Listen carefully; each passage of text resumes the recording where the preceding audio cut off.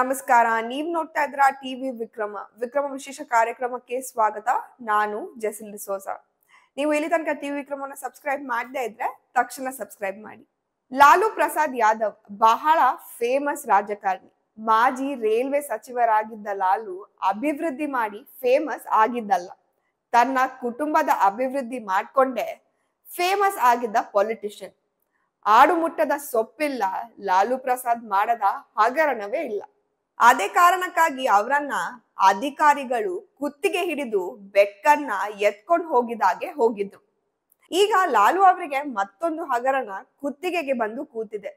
ಆ ಹಗರಣವೇ land for job. Lalu Prasad Yadav ಹಾಗೂ ರಬ್ರಿ ದೇವಿ ಅವರನ್ನ ಇಡೀ ಕರ್ಕೊಂಡು ಸುಮಾರು 5 ಗಂಟೆಗಳ ಕಾಲ ವಿಚಾರಣೆಯನ್ನ ನಡೆಸುತ್ತೆ. 12 ಪ್ರಶ್ನೆಗಳನ್ನ ಅವರ ಮುಂದೆ ಇಟ್ರು. ಆದ್ರೆ ಲಾಲು ಮಾತ್ರ ಯಾವುದಕ್ಕೂ ಹೆಚ್ಚು ಮಾತಾಡ್ಲೇ ಇಲ್ಲ. ಹೌದು ಇಲ್ಲ ಅನ್ನೋದನ್ನ ಬಿಟ್ಟು ಬೇರೆ ಏನು ಹೇಳಲೇ ಇಲ್ಲ.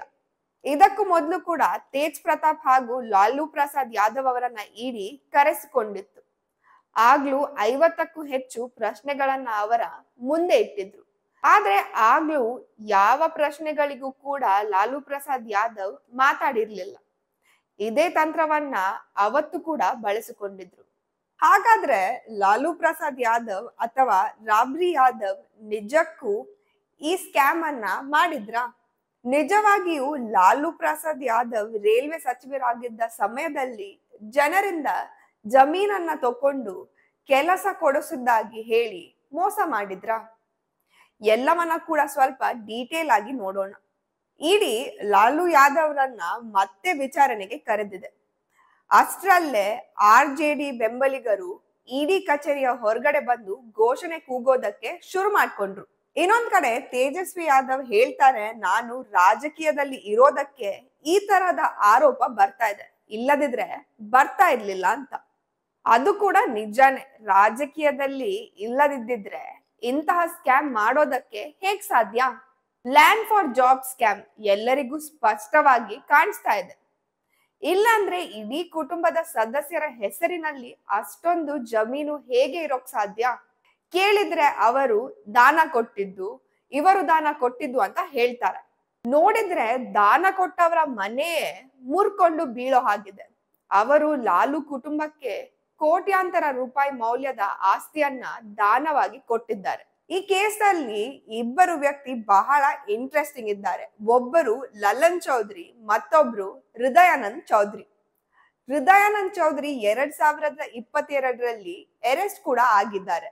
ಮಜಾ ಏನಂದ್ರೆ ಲಲನ್ ಚೌಧರಿ ಒಬ್ಬ BPL ಕಾರ್ಡ್ ಹೋಲ್ಡರ್. ಗೋಪಾಲ್ಗಂಜ್ ಜಿಲ್ಲೆಯಲ್ಲಿ ಮಣ್ಣಿನ ಮನೆಯಲ್ಲಿ ವಾಸವಾಗಿದ್ದಾರೆ. ಆದ್ರೆ ಈತ 2014ರಲ್ಲಿ ಪಟ್ನಾದಲ್ಲಿ 30 ಲಕ್ಷದ ಭೂಮಿಯನ್ನ ರಾಬ್ರಿ ದೇವಿ ಅವರಿಗೆ ಉಡುಗೊರೆಯಾಗಿ ಕೊಟ್ಟಿದ್ದ. 18 ದಿನದ ನಂತರ ಅದೇ ಪಟ್ನದಲ್ಲಿ 68 ಲಕ್ಷದ ಸುಮಾರು 8 ಭೂಮಿ ಲಾಲು ಪ್ರಸಾದ್ ಯಾದವ್ ಅವರ 5ನೇ ಮಗಳಾದ ಹೇಮಾ ಯಾದವ್ ಅವರಿಗೆ ಉಡುಗೊರೆಯಾಗಿ ಕೊಡ್ತಾರೆ. ಇದೆಲ್ಲ ಹೇಗಂತಾನೆ ಅರ್ಥ ಆಗ್ತಾ ಇಲ್ಲ. ಒಬ್ಬ BPL ಕಾರ್ಡ್ ಹೋಲ್ಡರ್ 1 ಕೋಟಿ ಗಿಫ್ಟ್ ಕೊಡೋದಂದ್ರೆ ಸಾಧಾರಣದ ವಿಷಯನ? ಇನ್ನು ಹೃದಯಾನಂದ್ ಚೌಧರಿ 70 ಲಕ್ಷ ಮೌಲ್ಯದ ಆಸ್ತಿಯನ್ನ ಹೇಮಾ ಯಾದವ್ ಅವರಿಗೆ ಗಿಫ್ಟ್ ಅನ್ನ ಕೊಡ್ತಾರೆ.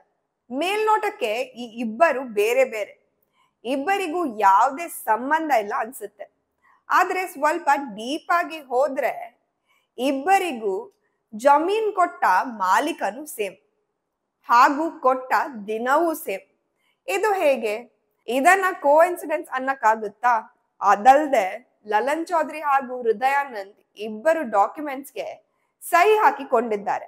ಈ ರೀತಿ ಬಹಳಷ್ಟು ಉದಾಹರಣೆಗಳು ಇದಾವೆ. ಇದರಿಂದ ಇಡಿ ಕೂಡ ಹೇಮಾ ಯಾದವ್ ಅವರ ಹೆಸರನ್ನ ಪದೇ ಪದೇ ಹೇಳಿದೆ.